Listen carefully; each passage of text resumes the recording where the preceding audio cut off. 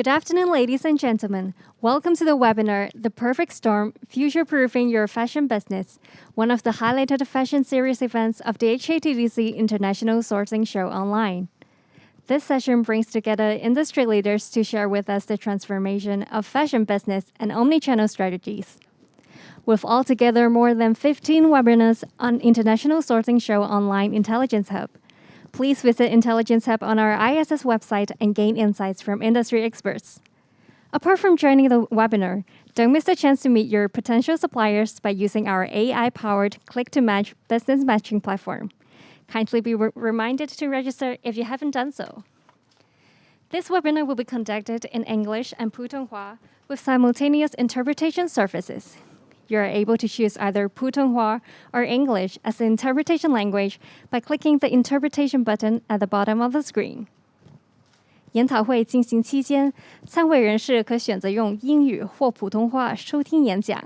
你只需要按下荧幕最底部的口译选项，就可以挑选语言了。We're delighted to have invited some star speakers with us today. First, we have Mr. Harvey Mock, Senior Vice President, Business Development, CASETiFY. Ms. Mathilde Bétinas, APAC Business Development Manager, OnTheList. Mr. Michael Ho, Marketing and Brand Partnerships Manager, ZALORA. And our moderator, Mr. Joseph Yuen, Chairman, Hong Kong Federation of E-Commerce. Speakers will first give their presentation, followed by our panel discussion, and they will also address two live questions in the end.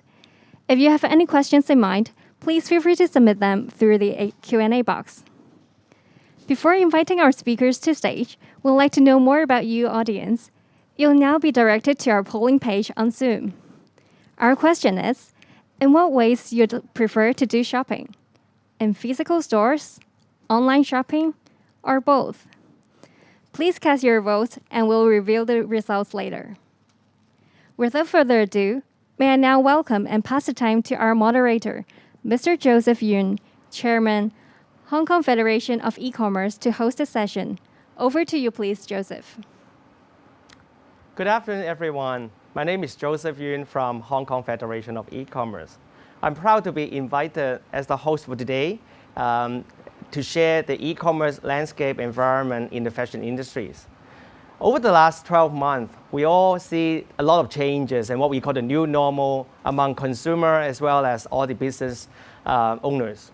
On one hand, we see that there may be a drop of demand for cosmetic, for fashion, because there are people less going out. But at the same time, with the block out and people are not traveling, there's a lot of potential purchase power kept in the consumer's hand, where they can either spend online, offline, in the retail market. I'm glad to be having my honorable guest today to join me in these sections. We have Harvey from CASETiFY. Thank you, Harvey. We have Mathilde from OnTheList. And lastly, we have Michael from ZALORA. I'm sure they all having a lot of good stories to share with you today for online and offline developments. So shall we now pass it on to Harvey to share with us the story from CASETiFY. Thank you, Harvey. Thanks, Joseph. Hi, I'm Harvey Mock from CASETiFY. It's great to be here. Finally, a physical event, not just for us, to be in here. So I think it's great. I think some of you might have known us, from online or maybe even walk past our store. Today, I think I'll just share some about behind our business and then how we actually came to be CASETiFY as we are now. So started around 10 years ago. We wanted to make something very unique and something very simple. Make your own custom case. And 10 years on, we have so many different collaborations, so many different things that we're doing. The mission is about helping people to express themselves through its individual and its creative and using it on the tech accessories.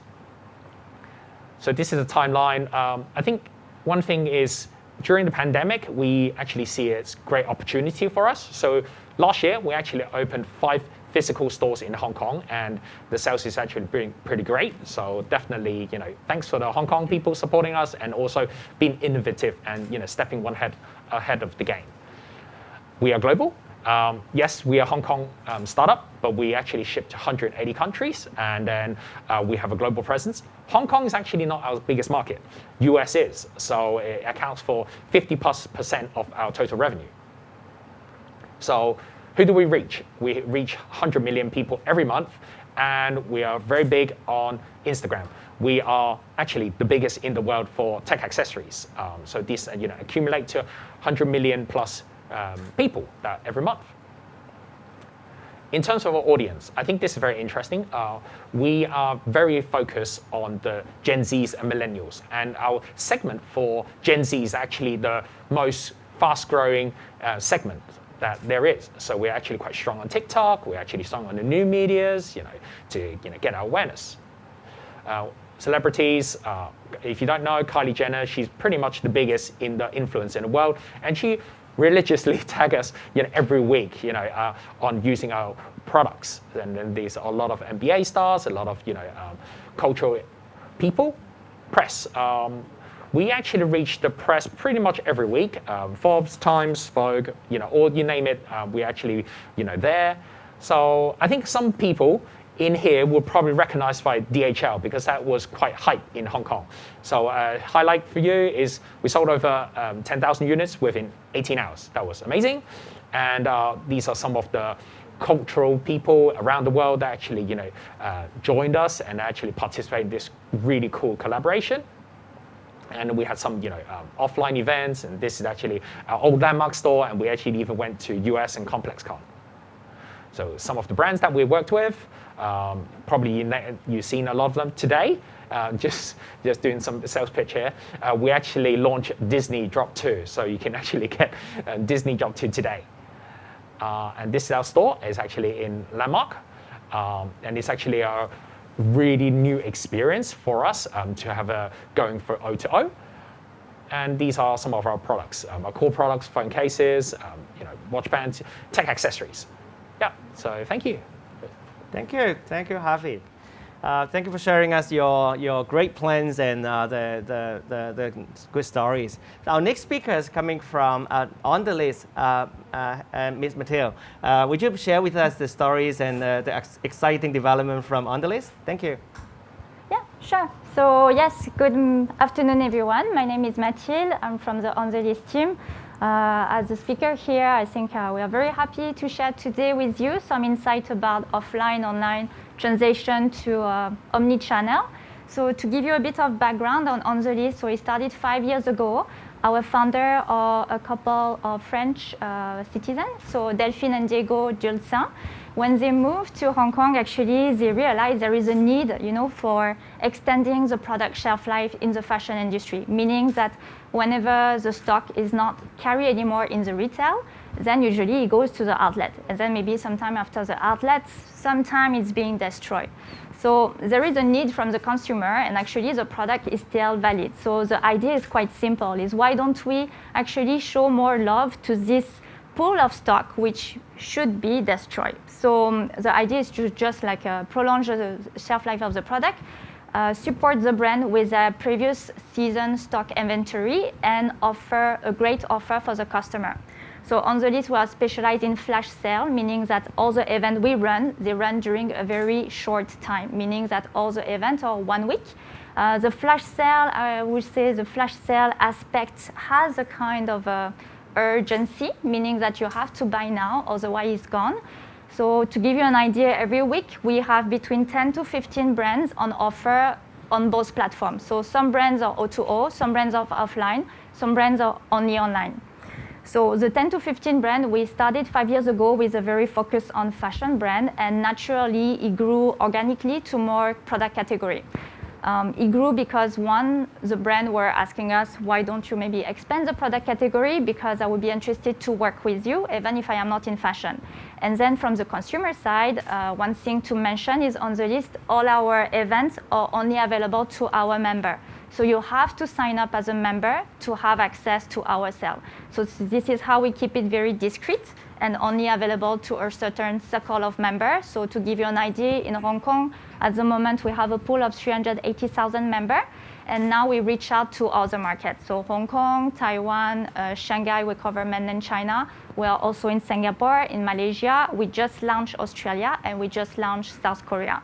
So on the APAC market coverage, I would say for OnTheList, we can be the only partner for the brand whenever they need to do flash sale events. So we do flash sale, as I was mentioning, we extended the category. So we started as fashion, and now we are also covering lifestyle product categories, such as we do staycation, we do beauty. Now we are also offering product for the children, so not yet toys, but more like children's wear. We are also offering cooking wear and home appliances. Also, I think because of the COVID, people are staying at home more, and they're also trying to make their home a little bit more comfortable. So that's why we got the demand from our member for this category. So I think for OnTheList, the direction moving forward is to be more general, be really a lifestyle destination. So you can come to us not just for fashion, but for any kind of product category. I would say the communication between our member and OnTheList is very close. So we do have a lot of feedback from our member, and they always keep us going because they will tell us, oh, I want to purchase this category. Why don't you do things differently? So we are being challenged, I would say, by our member and also by our brand partner. But that's great because that's how that's how you grow, that's how you adapt. And I think last year it was really useful because that's thanks to the combining feedback from our brand partner and member that we realize, okay, we have to evolve, we have to change, and we have to grow the category, we have to keep the omni-channel.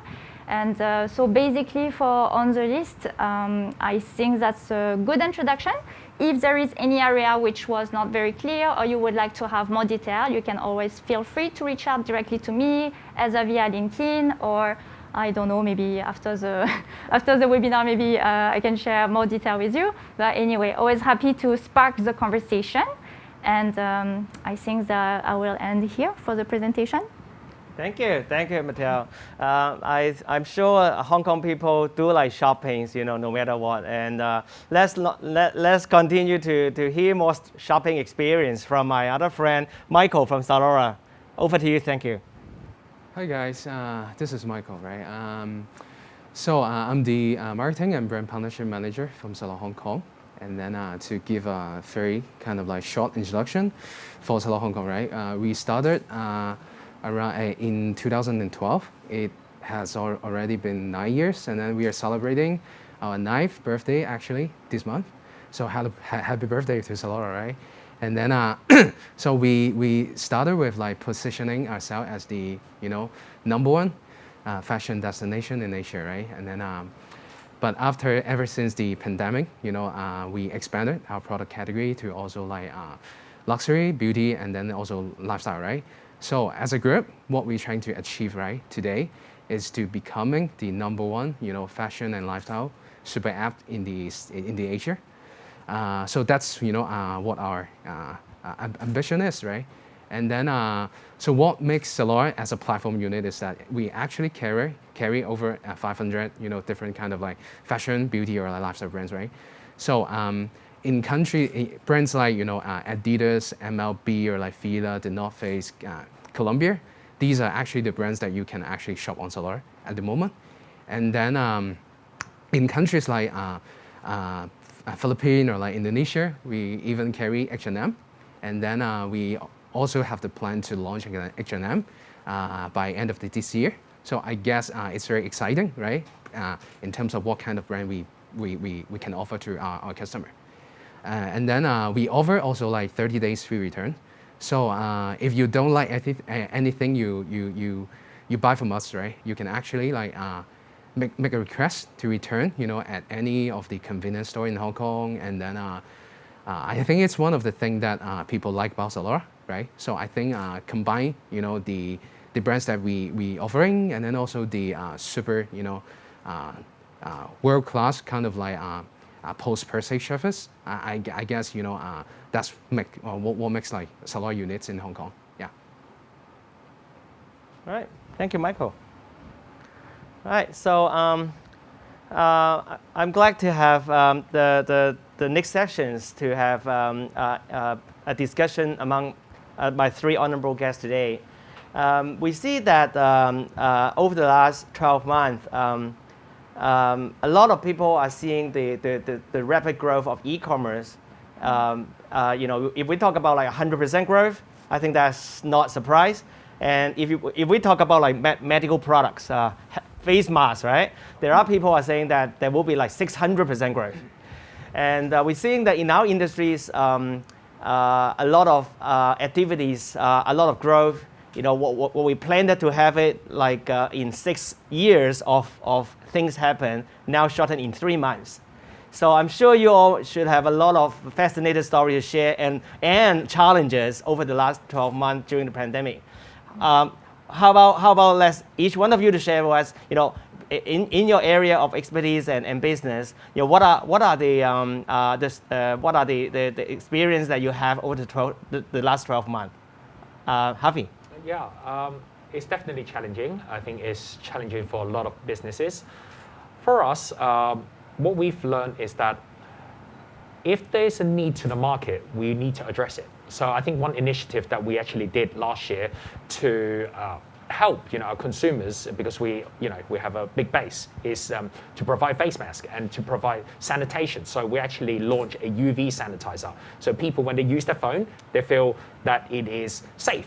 And we have face masks when at a time when, especially in America, where they were actually short-staffed with the face masks, we actually produced those. And it was to address the market, and I think that definitely gave us a boost. I think more locally, for Hong Kong, we know that people buy online, but they still miss traveling. They still miss the experience. Now, because of this, we actually had stores, and these stores offer experiential for purchases. And every store is a little bit different.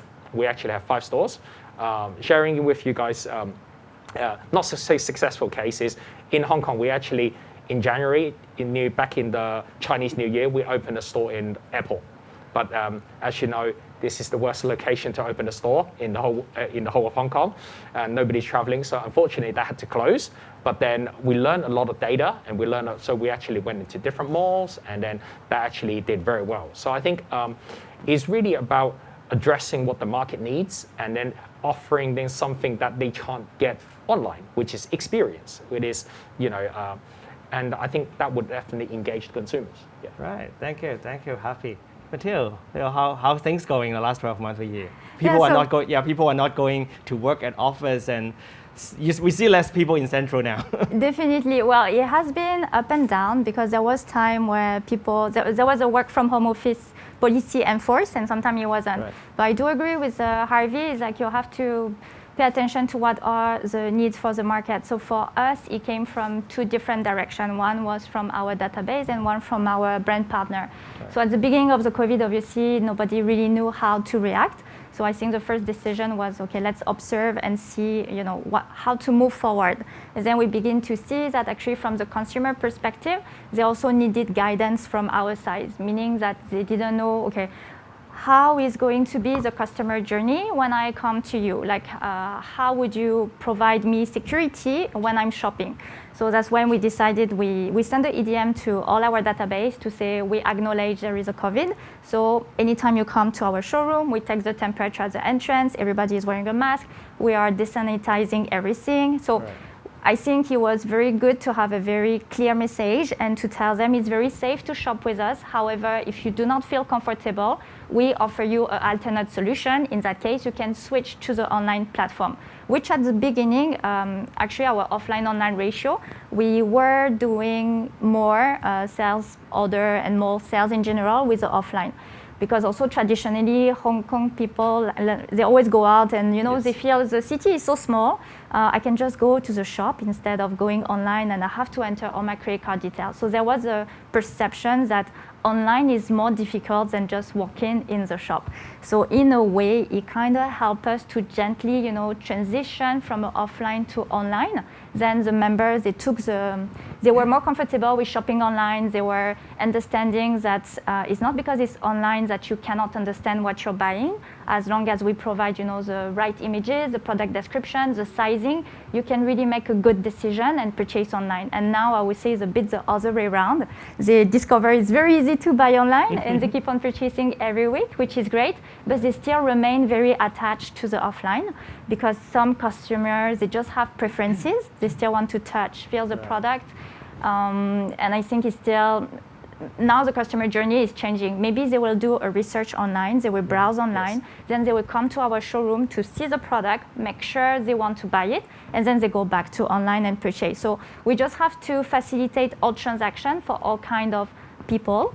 And from the brand partner, yes, there was a demand because some brands, they didn't have a website, so they didn't have digital assets. So they say, well, we want to switch to the online, but we don't have the capacity. So can you help us? And that's where we decided, okay, we can do it. We just have to take photo internally. So now we have a studio photo shoot, photo studio. So we can help the brand when they don't have digital asset to transition to online. And I think for some brand, they were very, I would say, thankful because it gave them some insight about is your brand suitable for online and how would you do it? So actually they were looking at our collaboration online as a test to study for their permanent website. So I think, yeah, as you say, pay attention to what the market needs, be very reactive. And yeah, I think from what we hear, we speak with a lot of brand partners, they say it just helped generally Hong Kong, which was very traditional brick and mortar, to finally embrace digital. Right. Thank you, Mathilde. So Michael, you are our guest here that the only one that is 100% online play. True. So are you and your team working double of your time during the pandemic? Not really, but it has been like super busy. I mean, like how you just mentioned, right? We need to like react quick, right? When there's like, situation out there, we need to react quick in order to, actually try to make sure we can make a profit because of the situation, right? So I guess, overall definitely we saw the overall like demand for like fashion products went down a little bit, right? So that's why, like I mentioned, we in the last year, right, we expanded our product category to also like lifestyle and then also fashion, also luxury. And then the reason why we wanted to expand to luxury, that's very like straightforward, because right now people are not allowed to travel, right? And then we saw, the overall like offline travel retail for luxury, were affected like tremendously, right? So that's why, there are lots of like supply. They have a lot of like luxury product they wanted to like sell, but they don't have the right channel or like the right platform, or like don't even have the I would say the infrastructure to entertain that, right? And then that's where ZALORA can help. So in the last like 12 months, I guess we onboarded brands like Coach, like Fairlar, or like K-Sprays, and then also the luxury boutique like 2X is also one of our sellers right now. So I guess that also helps us to cover some of the loss from the fashion portfolio, right? Because very obvious when people are not like going out to celebrate with their friends, to celebrate like birthday, and then not even going to the office to showcase their new bags, right? So I guess the very straightforwardly, the demands for fashion went down, and then how we wanted to cover that part is to expand to another category, right? And then luxury definitely helped us a lot, and then also for lifestyle as well. Right now we have also the lifestyle segment, and then in the lifestyle segment you can actually buy products like home and living, or like toys and hobbies, and then also electronic products. I guess in a way that also help us to grow our business from kind of like improving the order frequency perspective, right? Because when we wanted to grow a business, right, we want to make sure everyone come back and shop maybe a few more times, right? With the expansion, we did see that the overall like order frequency go up a little bit, from maybe an average customer, ZALORA customer, they may purchase around like 3 times a year, right? But right now we see the trends is going up. An average ZALORA customer right now is purchasing around like 3.3 times a year, right? So another like 0.0 times of purchasing on your platform may be countable for maybe another like 20% of your business, right? That's how we, plan our growth. So I guess, the expansion definitely helps us a lot, right? And then also given the COVID-19 situation, brands are super eager to go online. And then, like I mentioned, last year we onboarded, over 100 international fashion brands, and then brands like I mentioned, like Calvin Klein, like MLB, brands from Swire, like VF, right now are all selling on Zalora Hong Kong. So as a platform, we grew a lot, and then last year, during Q4, our mega events like Double 11, Double 12, right? We saw, our beauty category grew around like 800%, and then our luxuries also grew around like 150%. As a platform in Hong Kong, we grew around like 60%. So I would say, given the, given the slower demands for fashion, we still managed to grow around like 60%. That's very encouraging. So yeah, the last like 12 months has been like super busy. We're busy like acquiring new brands, and then busy coming up with different kinds of like launch or like campaigns for different new category. But yeah, I'm super like excited about the overall like landscape for online or like e-commerce in Hong Kong, and then yeah. Thank you. Well, I guess people in the digital industries who are involved in the online business, have experienced a lot of surprises over the last 12 months, and people who are in the research company, I think they're having a problem because all the research they've done are no longer be able to use. So I'm sure a lot of audience would like to also see not just the past 12 months. I mean, Michael, from ZALORA standpoint, from the big blueprint of coming up like the next 12 months or the next 3 years, are we going to expect the growth as is, or are we going to see a slowly coming down to a normal kind of growth? What would be the next 12 months or the next 2 years for you? I guess, like I mentioned, we still expect the business to grow around like maybe 30 or 40%. So like I mentioned, we focus on two things, right? To how do we drive the order frequency, and then also how to drive the overall like average basket size go up, right? Because obviously, if you wanted to like grow your business, you need people to buy more, and then each one of them, in an order level, just buy more, right? So I guess how we wanted to achieve that is that we wanted to bring in more like new category. That's very obvious, because people, they know about ZALORA because of our fashion products. If we can expand the category to lifestyle, say for example, me myself, if I wanted to buy, I don't know, like new earbuds, right? And then I'll go on Google, and then I'll search like earbuds, and maybe I'll just search earbuds. If we can manage to direct that customer, to our website and then register on website, we manage to get a new customer because of we have a new category. So I guess that's how easily you can expand your business without like investing many or without investing much on the marketing or like doing all kinds of like initiative offline or online, right? So I guess with all this like different kind of like objective to improve basket size, the overall like basket size, right? We have the luxury to help to do that, and then we have the new category to entertain the growth of like the improve of the overall like purchase frequency, right? So we are expecting the growth to be keep going up, maybe up to I would say like 50 or like 60% this year, yeah.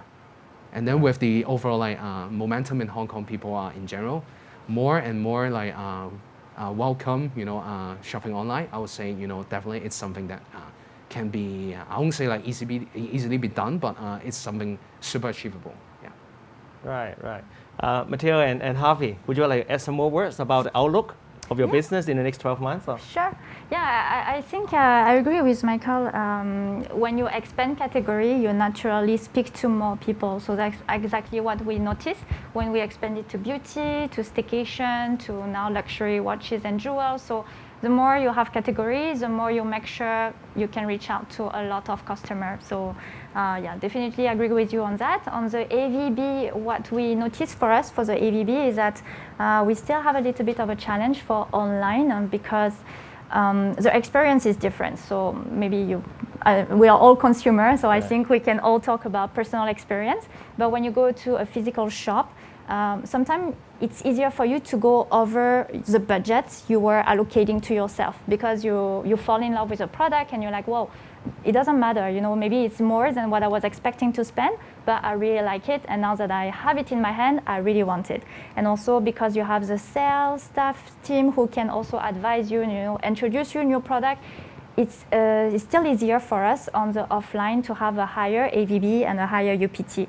For online, when you're alone in front of your computer, you have no one to, make some suggestions for you. So you only choose what you're willing to choose, and then maybe you want to stick within your budget. So when you hit the checkout process, when you have a last review on your checkout and you see the total damage, maybe that's where you have a second thought and you're like, it's a little bit higher than what I wanted. Let me just remove some item. So we do understand that it's a very natural thing because we all experience it. And now our challenge, I would say, same as you, is to make sure that online people will have the same behaviors that offline. They really fall in love with the product, and at the checkout, they don't want to drop or remove any product. So it will go, that's why we are pushing also live streaming. I think live streaming is a good way for consumer to visualize what they can buy online because it becomes more tangible because you're watching someone holding the product, wearing it. So I think, I don't know if you are already doing live streaming, but we do see a good feedback, and that would be a good way to push online. So we are trying to see how we can make use of different channels to support the online sale. And you also go by experiences. I think for Harvey, maybe you can talk also more about experiences. But experiences is also something we want to do more. So we invite the brand also to share more about their product or their brand DNA. So we do some webinars. Sometimes we do a virtual session. And again, it's a way to make an online product more tangible and more desirable, I would say. Right. Thank you. Harvey, so how is your outlook? I mean, as I said, as I see that your company is also heavily in US and as well as some other Asian countries. So looking forward, your company, both online and offline, what would be your outlook in the next, the vaccines coming out? So people are taking the vaccines, right? And, and in particularly in some countries where online market is a lot, percentage-wise, a lot bigger than Hong Kong. So how do you see the outlook for your company and the regional expansion? Yeah, I mean, there are many different directions we can approach it, but I think what we've noticed is that COVID has really encouraged people to buy online because they can't leave their home, and some people don't feel safe leaving the home before the vaccine. So deliveries, having it, shipped to your door, it definitely helps, and I think this turbocharged their shopping behavior. Now people can, okay, let me have a look at the phone and let me find something good quality, and they don't need to go. For tech accessories, in some countries, 80% plus is door-to-door, is brick and mortar. But that is, for CASETiFY to be just in that 20%, it's a very small pie. But we noticed that more people are buying tech accessories online because, the malls are closed. So I think that for the business itself is definitely great. And I guess, for online and offline, how we see is that people are, I don't know about you, but I feel quite confined. The last 12 months, I want to travel, I want to go to holiday, but I can't. And people are more stuck in at home. Now, once the vaccine is out, once majority of people is safe to travel again, there will be a lot more retail boost. I think that will come as a phase, but what will happen is that consumer will realize, yes, it's still great to touch and feel the things, but I've learned I now can buy online, and it potentially can be cheaper. So there will be a lot of more people that would actually go and play around with it offline and then buy online. And I think, and other businesses are seeing the same thing. It's very convenient. Like, you use Taobao, you take a photo, you can find something, of similar sorts. So I think that experience is quite different, In terms of our country expansion plan, I think CASETiFY is about growing globally. So we talked about 180 countries, but I think another area that I definitely agree with what both speakers talked about is expanding the category. As an e-commerce, we want to have the consumer to stay on our website and find the things that they want. And if we know that they want certain things, but it's not available, then we'll make it available for them so that they don't need to load it elsewhere, and it's also good for the bottom line. So I think for us, as a lifestyle brand, we do tech accessory, and I showed the image of the core products, but it doesn't limit to that. We are starting to make water bottles, totally sustainable water bottles. We're doing jackets, we're doing basketball, we're doing chopsticks, we're doing many other different things. They are not cool products, but it's something that we're testing in the market and see how the reception is, from different country behaviors. So definitely expanding offline in US, in Japan, in Korea, in Taiwan, in a lot of key countries that we are. Right. Yeah. Thank you. Talk about online to offline. Probably I will have to ask Mathilde, how do you see the challenges when your business is traditionally offline, brick and mortar, when you move into e-commerce? Do you see what are the limitations and what are the advantages of having the combination of online offline, and how do you see this going forward? So actually, one thing is that we started only offline. So when OnTheList was started, it was only offline. So we have a showroom in Hong Kong next to Landmark. And when our founder took the decision to launch the online, it was more than 2 years ago. Actually, the reaction from entourage, the general feedback when they ask around, should we go for online or not? A lot of feedback was, no, you shouldn't, because Hong Kong is not ready. And they just trusted the entrepreneurial instinct. They say, we think in the future, online will be needed, and they were right. So we started 2 years ago online. At the beginning, maybe when we look at the sales repartition between offline and online, obviously it was driven by offline. Then COVID happened last year, and then that's where we saw the shift to online. But we were ready. So when the brand came to us saying, I need your help for online, I'm not ready, I don't have a digital asset, we say, okay, we got your back, because we learned it from the past year. Right. I would say the benefit that a lot of brands are seeing is, one, the geographical reach. Because Hong Kong, Hong Kong is not big, but you always have this dichotomy between Hong Kong Island and New Territory. So some customers who live on Hong Kong Island, there is no way you can make them cross and go to the other side of the city. So if you have only one point of sale, then you're missing out on the other side of the Hong Kong island.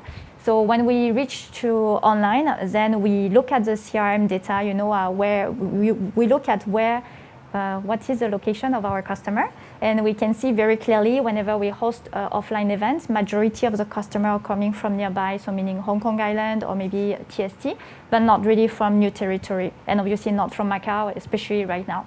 Whenever we open to online, you see it very clearly. All the consumers from all over Hong Kong are very happy to have access.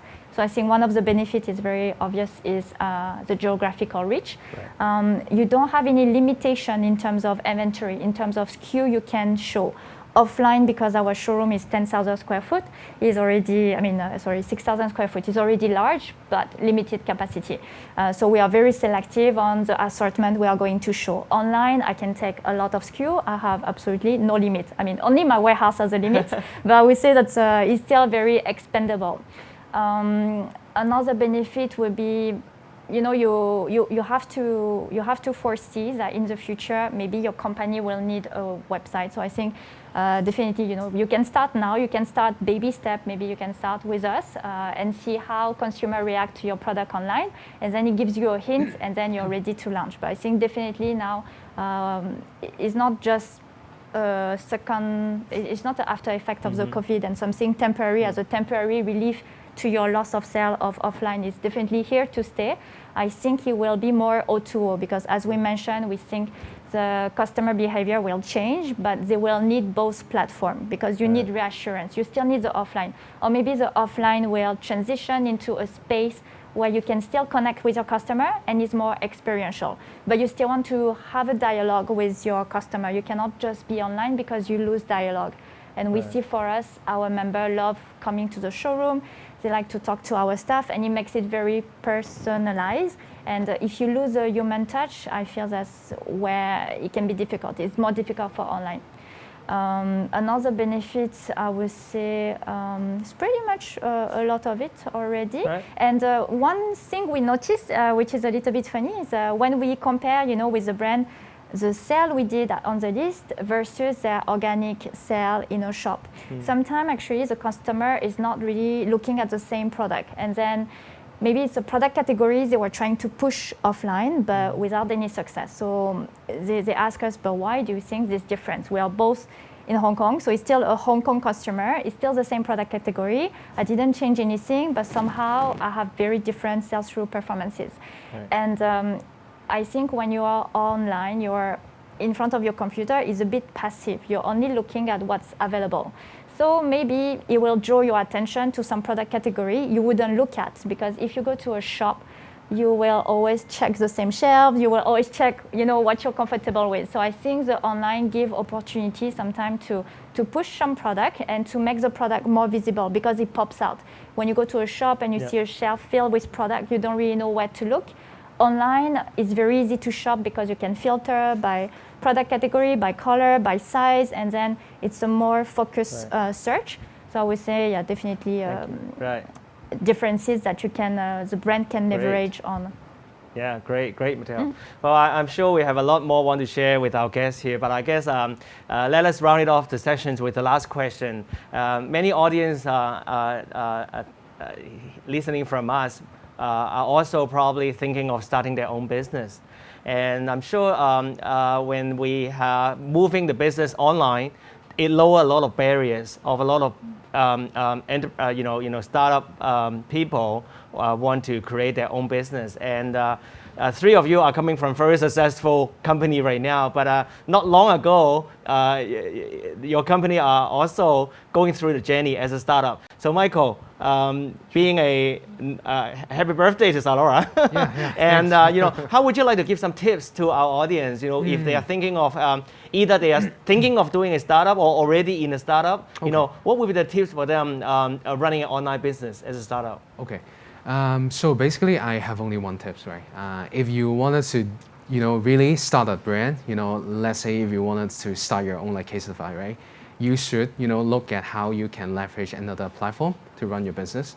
I think that's super makes sense, right? Because right now, even like CASETiFY is also one of our sellers. You can actually shop CASETiFY not only at harvest.com, your website, and also you can shop that on ZALORA as well. So if you are thinking about like starting your own brand, be it like fashion brand or like other kind of like brand, right? You should look at how you can expand your like reach, how you can manage to talk to more customer. That's super straightforward. If you manage to speak to more people, potentially you can manage to speak more to do more sales, right? So I guess the only one tips I can give you to do your research and then try to list your product and then start your partnership with as many like platform as you can. So I guess once you expand the wave, more people are seeing your products, the sales will come. Yeah. Right. Thank you, Michael. Mathilde, if our friends here doesn't have the money to rent a store in Central, what would you recommend? Yeah, that's a good point. But so when our founders started OnTheList, they were around 25 years old, so quite young. Based on the experience when they started, they were just like, one was at the cashier, one at the entrance. So I think based on this story is more the message is you just have to start. And I think, if you spend too much time trying to figure out what is the path, what are the pro and con, and how to do something, you might be stuck into this kind of decision. You just start somewhere, you just make it happen. And I think naturally, a lot of people, you will have a lot of help on the way to your success. I think also don't be afraid to ask for help, because what we see is a lot of, management, senior position, people are very happy to just, you can just tell them, hey, do you want to grab a coffee and maybe share some insight with me? Actually, people are very willing to share and to give you tips. So I would say, you just start and have faith that, success will come around the way, and don't be shy to ask for advice. And I would say also, when I look at our founders, they always keep a very humble attitude. So I think, they are very aware that OnTheList is doing well right now, but doesn't mean that it will always do well. So I think this humility, keeps you aware of how to run your business, and I think that's also, generally a good quality to have, to always remain very humble. So yeah, I would say a combination of these three. Don't be shy to ask for help. Start somewhere. Don't be trapped into so much decision, admin process, and everything. And always remain very humble. Right. Thank you, Mathilde. Over here, Harvey. If I would like to start my business by selling one phone case, what do I do? What do I do now? Look how we do it and do it. That's a tip. I think I definitely agree. Going fast to the market is definitely very important because you think too much, and at the end product, it might not be what you come up with. So I think launching fast. Secondly, I think getting feedback is definitely great, but from different kind of people. So don't just get it from your friends because they like you, so they'll probably say, yeah, I'll buy it, but are they actually the paying customers? So, find from your peers, from your target consumers, and just get a lot of feedback. Is this product, does it have the product market fit? If it does, then you can refine. So I think the big question, is there a need for it? If it is, then you can adjust and adapt to the market. We launched, before our phone cases, it wasn't as protective. We just thought, okay, let's make a print on it. But then what we learned is that people are willing to pay more money, and then they will have higher customer satisfaction if there's a better protection on it. So because of that, we actually improve our product quality. So it's about asking people, it's about launching fast, and it's about staying changing and then adapting at the same time, like innovative. I think that's important. Thanks, Harvey. Do we have some time more for the Q&A here? All right. So we probably leverage some time to answer some questions from our audience. We have a question from our audience asking, do you all think that the pandemic is really just one-time, thing that it will go away and everything will back to normal? Or you think that what we're experiencing is something that will last for long? What do you think, Mathilde? I think you have heard a lot this word, the new normal. I think what people imply when they say, are we going back to normal? No, we are not going back to pre-COVID situation, because it's been 1 year and everybody have evolved, and right. We have all adopted new behavior, new consumer behavior. I think also from the brand, they have a lot of different decisions from the HQ. We see a lot of I would say attention towards sustainability. So that's really something that has been deeply integrated during the COVID, because you really shift your attention to your health. You have to be more mindful, and then the planet in general. So I think the COVID also helped people to think of other things. So I don't think we will go back to the normal. I think it's more like a redefinition of how we should move forward. And for us, we definitely sustainability as a driving factor, because I think it's just great to be aware of it and to have this approach. Right. Thank you. We have a lot more questions coming in, so I will try to answer them in a given time, right? So next question goes to Michael. We have friends asking. There are as there are more brands coming in to other online channel, like Zara have their own online, or many other fashion brand. How would ZALORA be keeping your edge, your value proposition in the online shopping space? I guess, like I mentioned, in countries. So brand versus marketplace. Okay, cool. Like I mentioned, right, in countries like Philippines, we even carry H&M. So I guess sooner or later, how we deal with this situation, that we try to acquire that brand. So we did have discussion with a lot of brands like I mentioned, H&M, Zara, right? I think it's even like Uniqlo.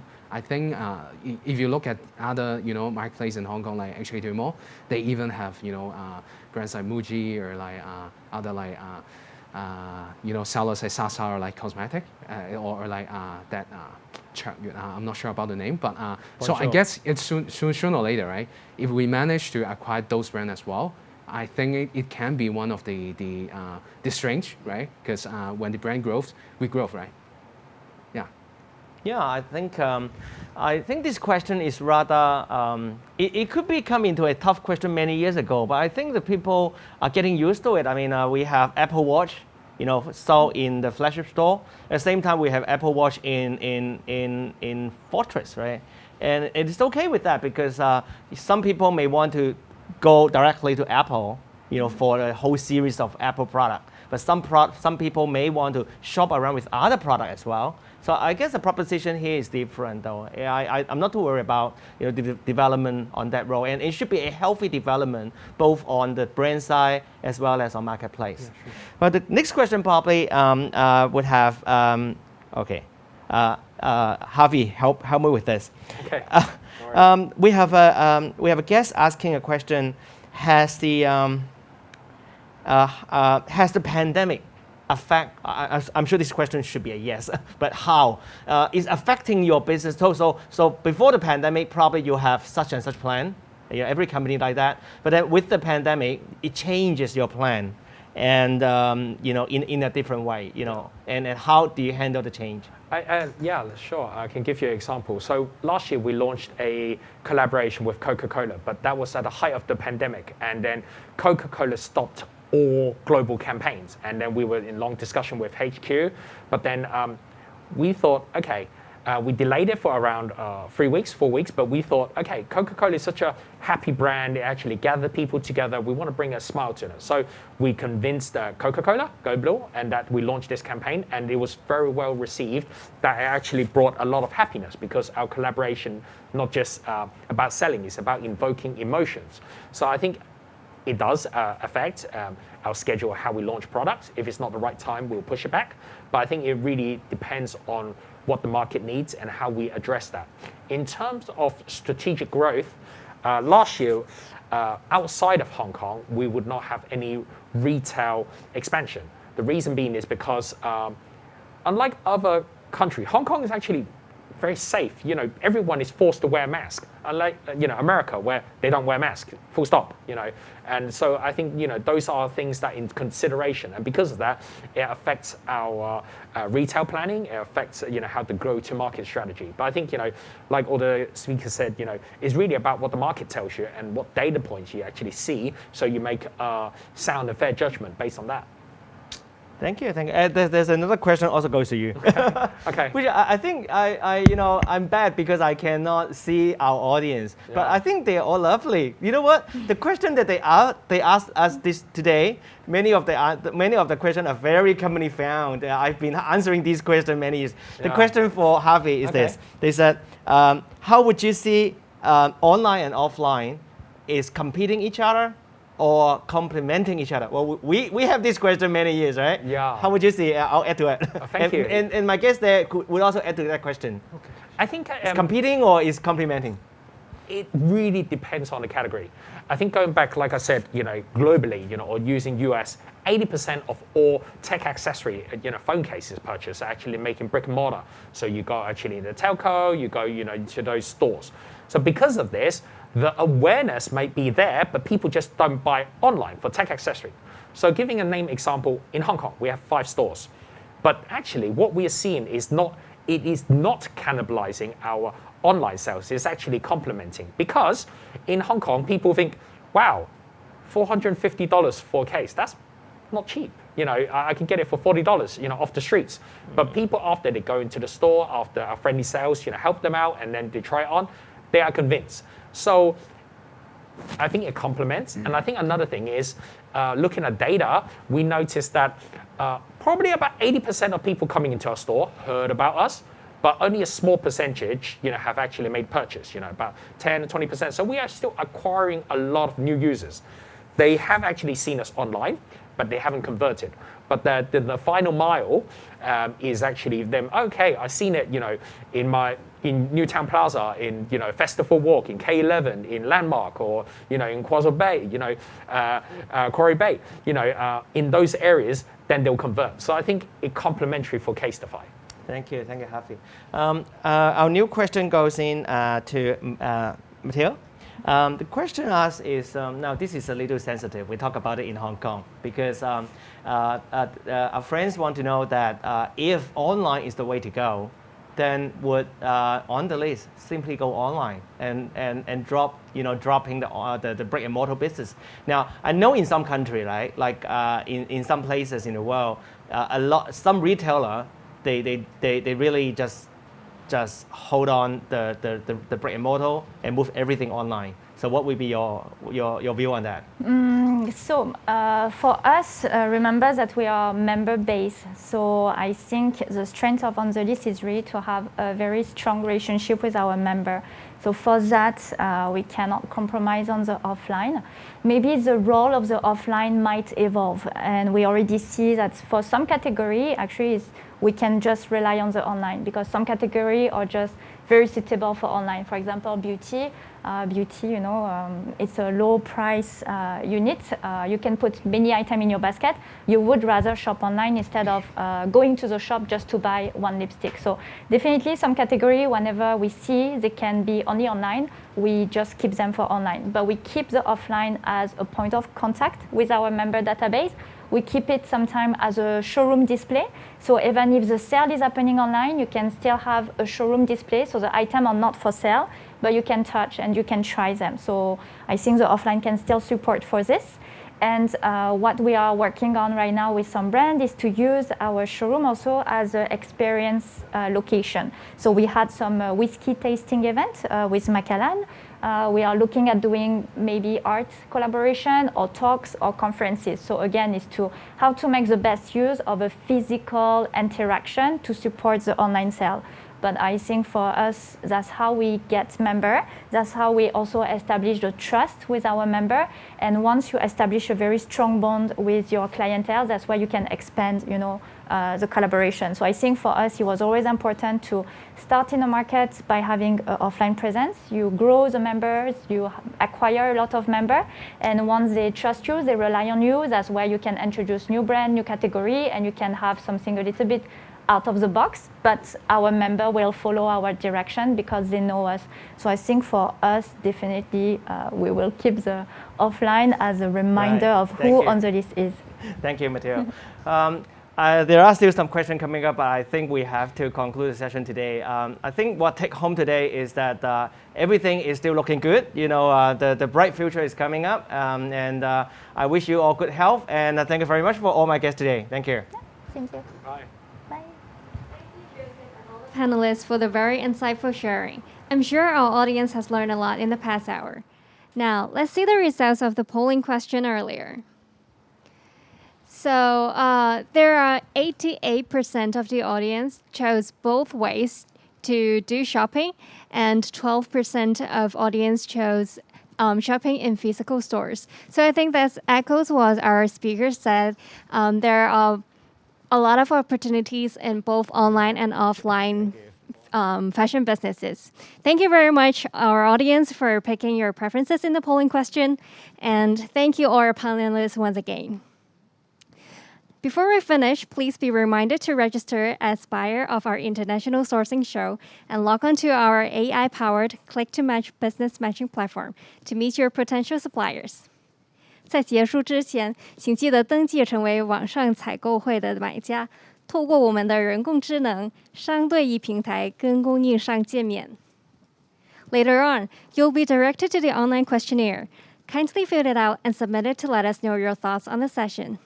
为更了解阁下的想法和意见，我们诚邀阁下填写研讨会问卷。Apart from the session just now, we have more fashion-related webinars coming up on International Sourcing Show Online Intelligence Hub, including What's in for Fashion Sustainability as the New Normal. That will start at 4:30 p.m. today. Please visit Intelligence Hub on our ISS website and gain insights from the industry experts. If you're interested in registering as a buyer, please stay on and I'll show you a short video to take you through the steps. Wish you fruitful business in the International Sourcing Show Online. Thank you. 再次感谢各位今天的参与。如果您有兴趣登记成为买家，请留步观赏一个简短的登记方式介绍影片。谢谢，再见。